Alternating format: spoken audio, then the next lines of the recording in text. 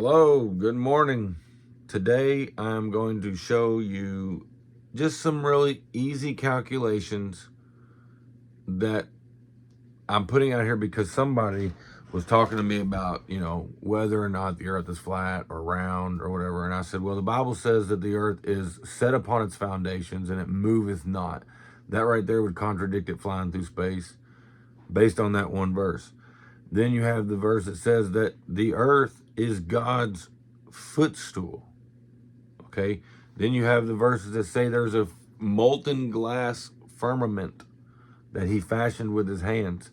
It kind of sounds like a dome, like Truman style, if you've ever seen that movie. So I believe what the Bible says. Now, whether the earth is round within that firmament and God uses some kind of amazing magnetical aqua force to keep water flat. I've observed personally that the curvature of the earth is not what they say it is. That distances that are farther away than what you should be able to see, you can see being on the ocean, totally, nothing getting in front of your vision like a tree or a mountain to mess with your perspective. Flat water, flat horizon, things in the horizon way farther than 8 miles away. And you can see them clearly. Okay, so that's just one thing. On the mountains, in plains, I've seen it. To me, the horizon is flat. I see a flat horizon. I do not see anything bubbled unless it's through a lens. That's it. A curved lens will change your perspective. All right. So what I'm getting at today, this guy was, let's look at some science. You can't prove nothing, Matthew. Okay, well, I don't have to prove anything. It's a great thing about faith. Faith is the substance of things hoped for, the evidence of things not seen. So, but in the interest of observation, the book of Enoch, this year, the longest day of the year, the hottest day of the year was July the 6th. Okay?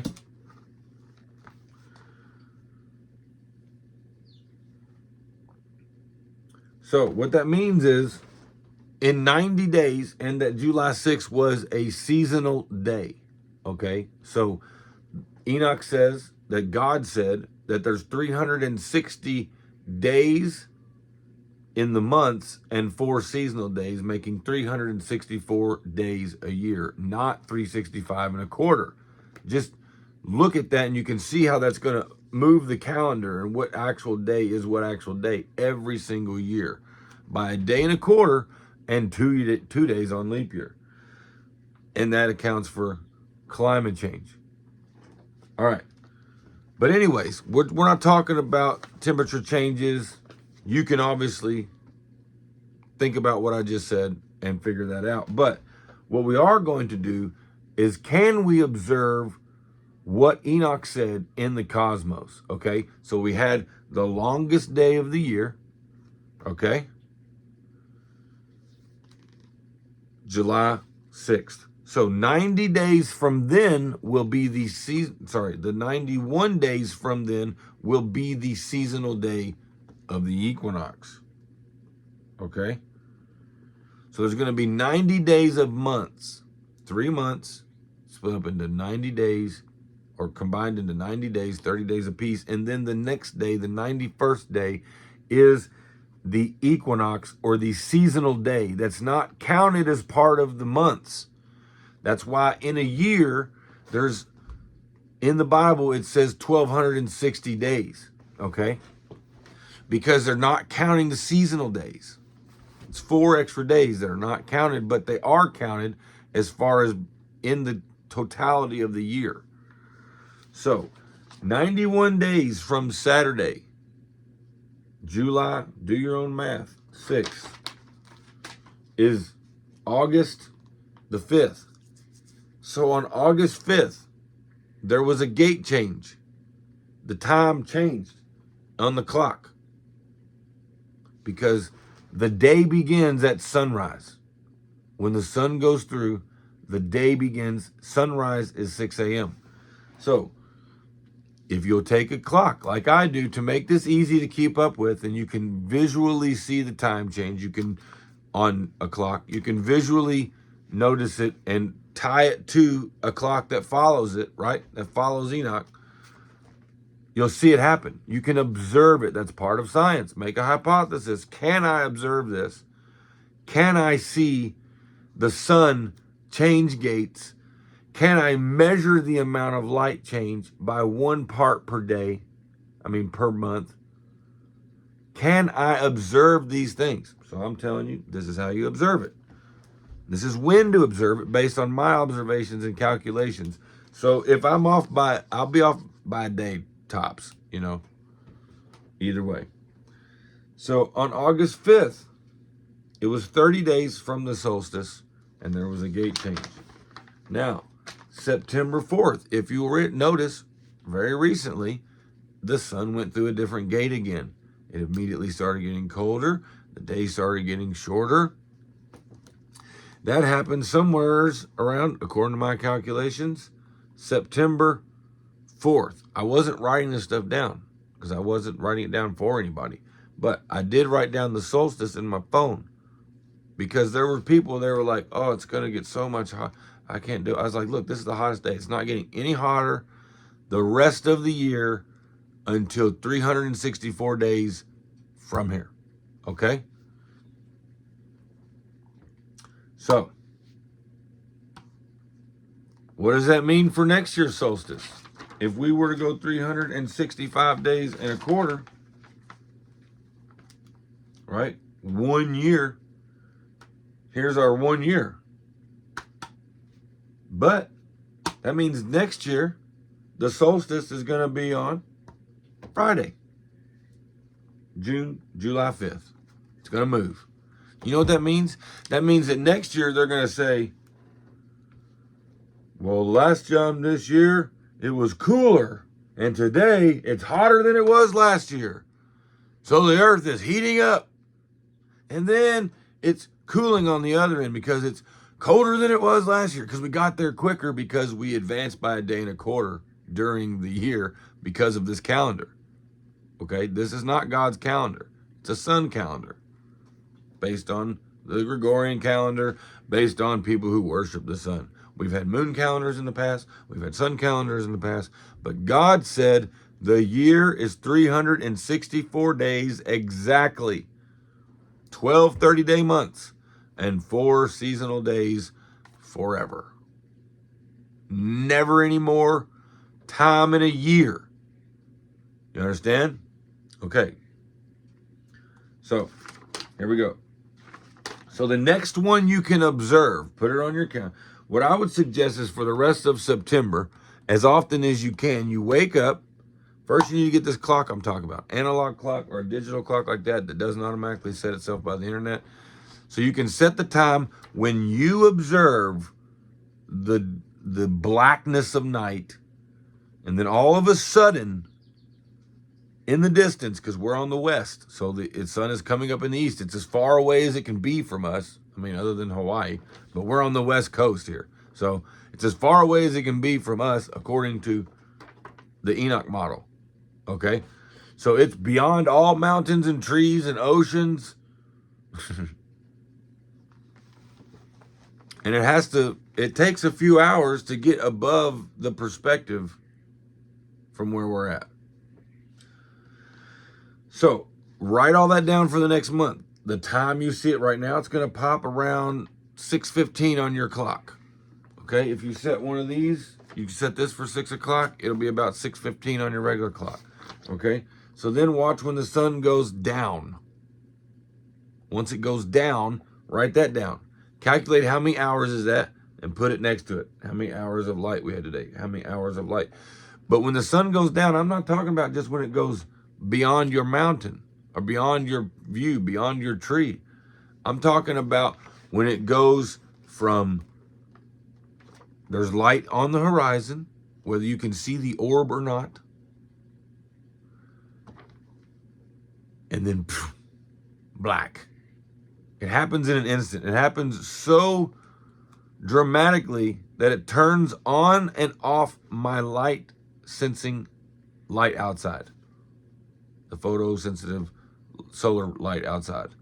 It'll turn it on because it notices a change that much. Okay. You can do the same. Then the next day that you will be able to expect that there is going to be a time change is October the 4th.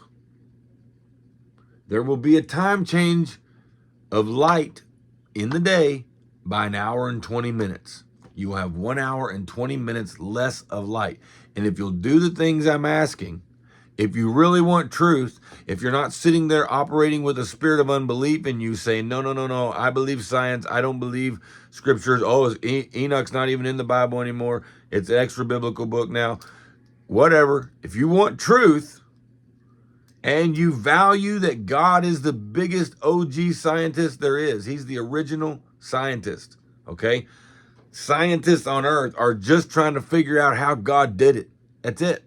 And how he does it. That's it.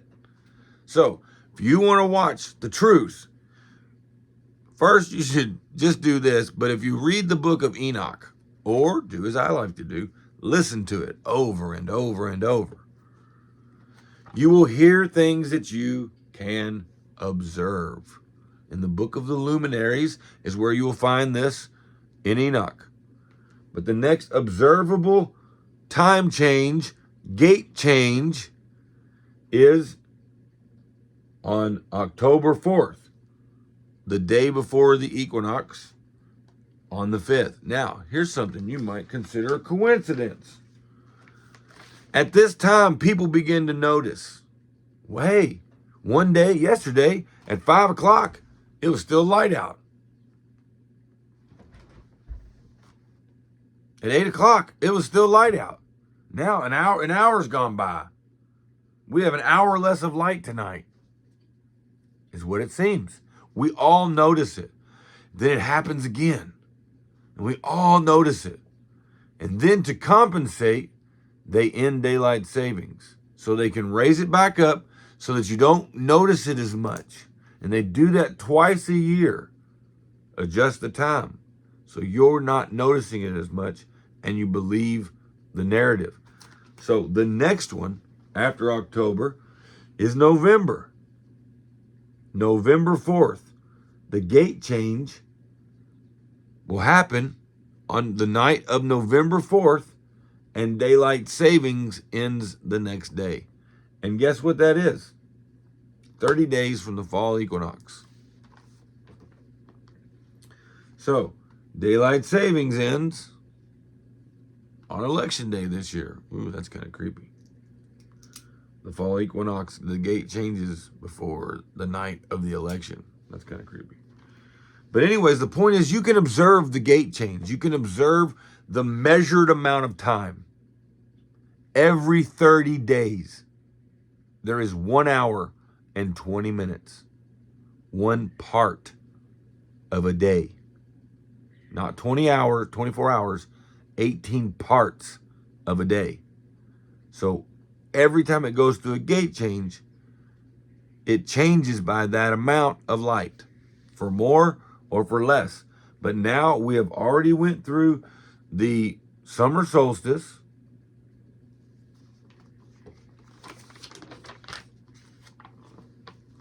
The fall equinox is October 5th. We're going to have 12-hour days all of October.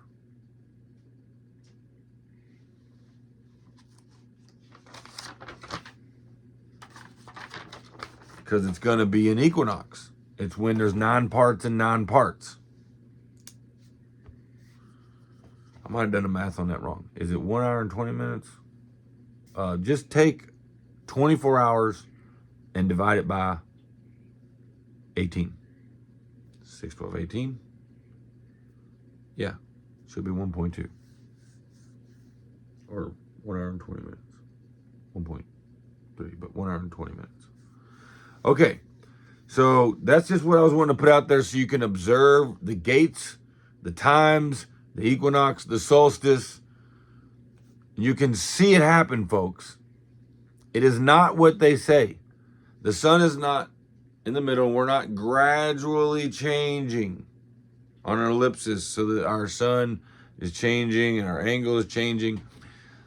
The earth doesn't move, and the sun has 6 gates. 1, 2, 3, 4, 5, 6. Okay? 3 and 4 are over the equinox. Da-da, da-da, north and south. As the sun goes around, okay, it goes through a gate. It gets farther from the south as it's traveling in the north. Then this gate, then 3 gate, then 4 gate, then 5. And in the south, when it's further from North America, for instance, and when the sun is still circulating, it's the coldest here and the warmest here. But it's always warmest in the middle because the rays of the sun, if this is the sun and this is the north and this is the south, the sun rays, jink, jink, jink, jink, they're always over the equinox, more than ever. Okay, so the equinox has the most collective heat. That's why when the sun on a seasonal day, or no, just when it goes through a gate, you will have the next day, the next morning, okay? This is something you will be able to observe coming up. So we are in, let's see, September. So we will be able on this day, on the night of and the morning of,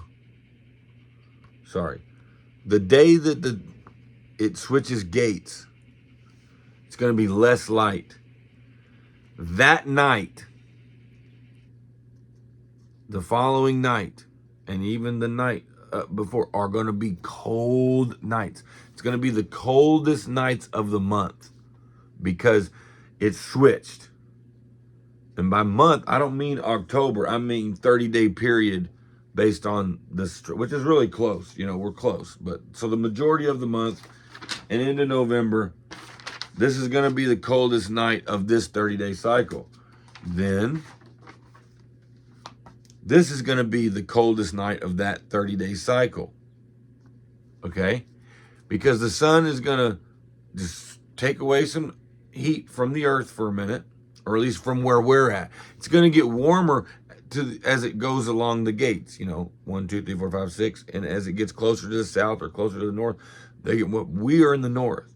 So we are going to experience, as it's moving, it getting colder. People in the south are going to experience it getting warmer. Okay? It's just that simple. But you'll be able to notice a significant change because you're taking X amount, and then it will take all month, essentially, to get as warm as it can be with that cycle. And then it's going to drop again. And then it's going to get as warm as it can be with that many hours, with the cold at night sucking it away, the warm in the day. And it brings a balance. And then likewise, when it begins to go through a gate of an equinox, and then goes through the gate and is now longer day, okay, that's going to be the warmest. You're going to have an experience of a warm, cold night or a warm morning because the sun is heating up sooner. By an hour and 20 minutes. There's that much more heat on the earth. And so it'll neutralize because X amount of heat, they're taken away, X amount of heat, taken away, X amount of heat, taken away. It'll balance. But for 30 days, and then it changes. You can observe it, you can feel it, you can see it. So I hope this wasn't too much dragging on about the same thing, beating a dead horse. But people need to know the truth. The Bible is very clear that science is real, but there is also science that is falsely so-called science. And you've been lied to. This is a video to expose it in a way that you can test it. Don't take my word for it. Get you an analog clock or one that is not determined by the internet. Be disciplined to wake up and pay attention if you're already up when the sun is going to come out. You only have to do this for a couple of days in the beginning of each month or just at any point in the month to realize, hey, this is what's happening. And then be aware of when it's going to change so that you can notice that, hey, it actually did change. It actually changed exactly when Enoch said it was going to change, 30 days from the last time. Simple as that. And then there's a seasonal day that's not part of those 30 days. Okay? All right. Shalom, shalom.